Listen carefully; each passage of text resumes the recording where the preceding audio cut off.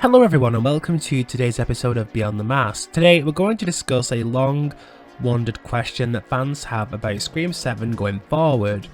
Is Sidney Prescott going to be appearing in Scream 7?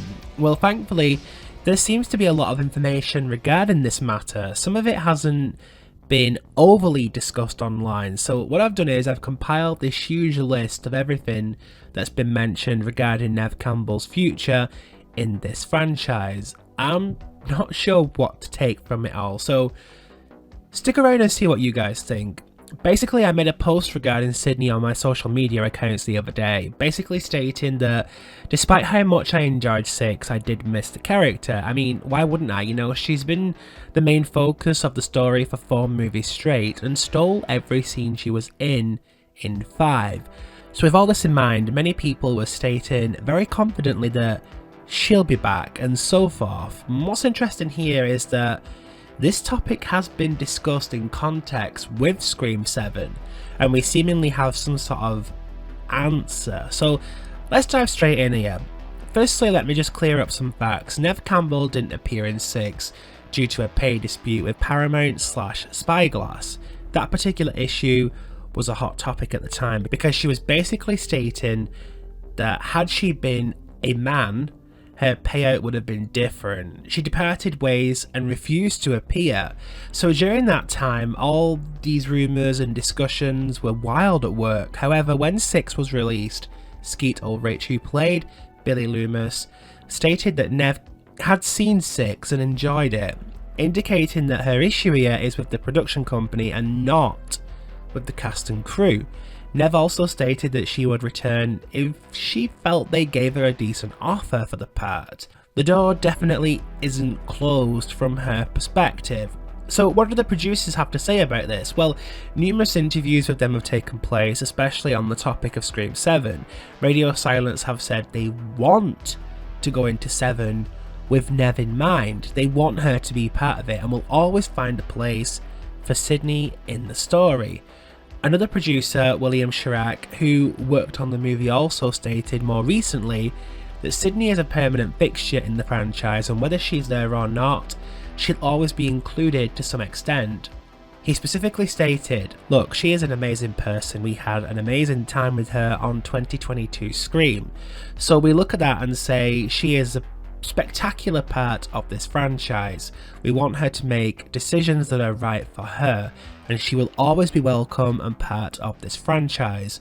I think the fun of what writers Jamie and Guy did in 5 and 6 proves that anybody can exist in the franchise at any moment. So we look at it and go, it's a door, it's open, and any time you can walk through the door, whoever it is, as a legacy character, we continue to just widen how many legacy characters we have, and they're all amazing people that we can bring back at any time.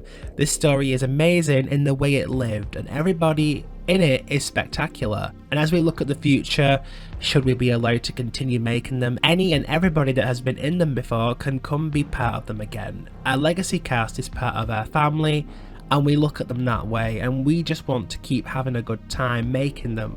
So at any moment, that can be part of the franchise." So with all the speculation regarding Scream 7 at the moment, is she a priority to get back? Well, unfortunately, the answer is likely no.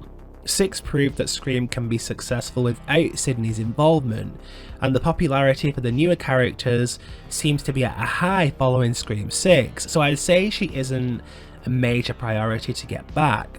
Personally, I understand that she may not be a key factor for these movies currently standing, but I think they should try and work out something to get her back. Majority of Scream's foundations at the moment are built on nostalgia, and Sidney is a huge part of that, and I believe the decision to bring Sidney back should be left open until Scream 7 secures a producer. And I say this because Radio Silence have signed on to other projects and have passed comment that they may not return to produce a 7th movie and are happy to pass the torch on. From Sidney's perspective, this is probably for the better, and I'll explain why. Radio Silence were open about how they originally had extra scenes with Gale Weathers in Scream 6, and she had a more significant part. However, they said these scenes were cut due to the fact they believed focusing too much on Gale would take away from Sam and Tara.